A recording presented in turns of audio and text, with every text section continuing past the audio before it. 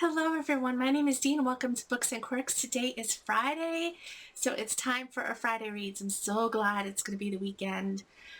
Work has been busy, but I still managed to get a couple of things read, not as much as I hoped, but yeah, let me just get right into it, tell you what I've read, what I finished, and what I plan on reading this weekend. So the first book that I finished was The Goblin Emperor, by Katherine Addison. So this book is a fantasy book. It follows Maya, who is kind of a reluctant emperor. He was kind of the black sheep of the family, so to speak. He was mostly because there are two races in this world. There are elves and goblins, and Maya is half goblin from his father's last marriage. His father was the emperor. And at the start of this book, in the first couple of pages, you learn that the emperor and all of his children, except for Maya, of course, were killed in a crash. Like they were on an aircraft, kind of like a blimp, this kind of blimp type aircraft, and it exploded. So Maya is now thrust into becoming the emperor. He is very reluctant. He's only 18 at the beginning of the book. And that's it. That is the entire plot of the story. Maya, there's really no character development. There's really no character growth.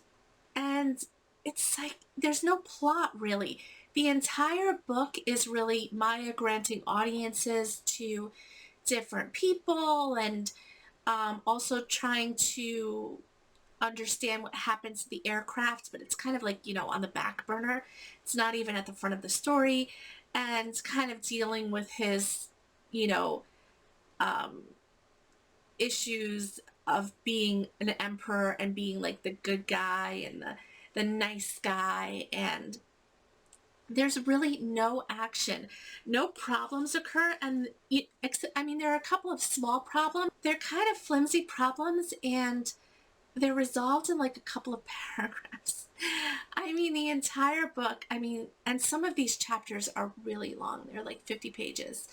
So I read this as part of a buddy read with my usual group, Mel of Mel's Bookland Adventures, Cheryl of Sierra Flames Fan, Candace of Beacon Hill Books, and Sean of On the Stoop. And everyone was of the consensus that this was not a very good book. I seem to enjoy the most of the group only because I listened to this as an audiobook and I thought the audiobook was brilliant.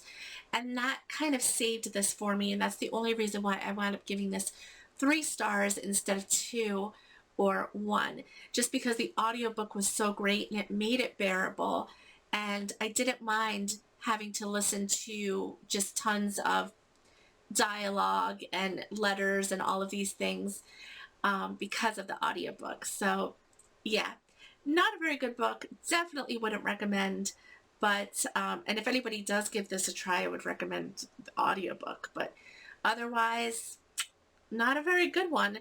I don't know why so many people seem to love it, but me and the rest of the group did not really like it that much, or at all in some cases.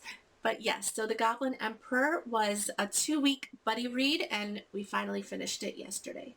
The next book that I finished was Empty Mansions, and this was my first nonfiction book for Nonfiction November. I have not been doing too good on this. I just recently started my second nonfiction book. Yeah, I've not been doing too good, but I really did enjoy Empty Mansions. Empty Mansions I listened to an audiobook as well, and it follows Huguette Clark, who was an heiress. She died actually about 10 years ago. She was an American heiress. She was born in the early 1900s, 1906 or something like that. And when she died, she was well over 100. But she was an American heiress. Her father was, one of the great, robber barons of the day, alongside the Rockefellers and the Vanderbilts. They lived in a huge New York City mansion, and they had, hundreds and hundreds of millions of dollars. And Huguette Clark was a very reclusive woman, um, or at the end of her life, the latter part of her life, I would say the last 50 years of her life. She was very much a recluse and very eccentric. She liked to collect things like violins and portraits. She had many famous portraits that were donated since her death to different museums and stuff. Monet's, Picasso's, all of those kinds of things. But she didn't like to leave her apartment. I think she was very nervous. She was very, it's so weird to describe her. I don't even know how to describe her. She was very loving and loyal, but at the same time, she never left her apartment. And the last 10 years of her life, or the last 15 years of her life, she wound up living in a hospital. She had to go to a hospital because basically she outlived all of her staff, like her maids and her cooks, because she just kept on living into this, well over 100, and people didn't, she outlived all of her people, and she never rehired people. So she went to the hospital for dehydration because she really wasn't being, cared for, I guess. Not that she needed care. She was very vibrant and spry, but yeah, she was quite odd in so many ways. And I felt bad for her. And I felt like, an affection for her almost. But the audiobook was great. It completed the challenge of voice because you were able to hear Huguette Clark's voice many times throughout the book. So that was really interesting. And yeah, these mansions were left untouched for many parts of the latter part of her life. So those were the two that I finished. I started another nonfiction book, and that is The Royal Art of Poison. This is about poisons or poisoning cases throughout the centuries. So it talks about, how in, hundreds of years ago, people were so worried about being poisoned, and they took a lot of precautions to not be poisoned. And a lot of deaths were deemed poison also. But, in researching this, so the author researches this to kind of find out what was the real cause of all of these people's deaths. And more often than not, they died from from poisoning themselves, unknowingly, of course. I mean, poison just was added to so many different things, to foods. It was, things that we know now are poison. They didn't know back then. So poisons were unwittingly added to foods like arsenic and things like that. And also they were added to things like cosmetics. A lot of cosmetics had mercury and lead. And also a lot of wealthy people had people taste their food and lick their spoons, lick every utensil before the wealthy person or the, aristocracy, aristocrat person would touch the utensils only after somebody else licked it to see if it was poison. But more often than not, if that's happening, you're gonna get a whole bunch of germs. So it's really interesting. I'm about a quarter of the way through the book, and I'm really liking it. And yeah, so I'll be continuing on with that this weekend. And that is by Elizabeth Herman, I believe. But I'll put the picture up here. But yeah, there were a lot of poisons back then that people didn't know of, and they were so worried about poison, but yet they were poisoning themselves through everyday things that they were using. The next book that I'll be starting this weekend, and I will be reading this with Amber of Amber Eats Books, and that is The Institute by Stephen King.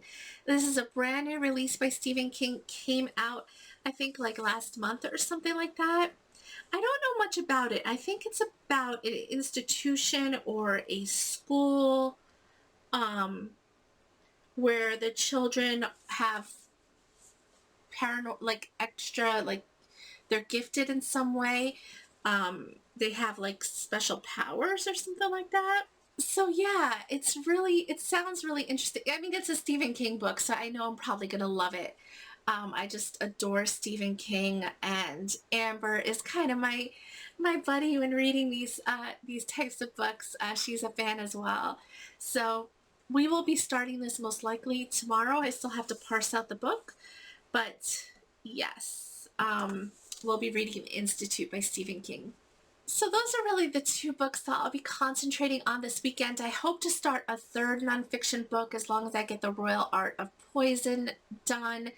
I had set out in November to read 7 nonfiction books. I don't think that's going to happen because half the month is now over. But maybe I could get 4 done by the end of the month, which is still a success in my eyes because you know what? The fact of the matter is, I maybe read 2 or 3 nonfictions in an entire year. So the fact that I'm reading 3 or 4 in 1 month is quite a success. It's just the whole idea of it is just to read more nonfiction. So we'll see. But that is all I have for you. I hope you all have a wonderful day, a wonderful weekend, and I will see you all very, very soon. Bye.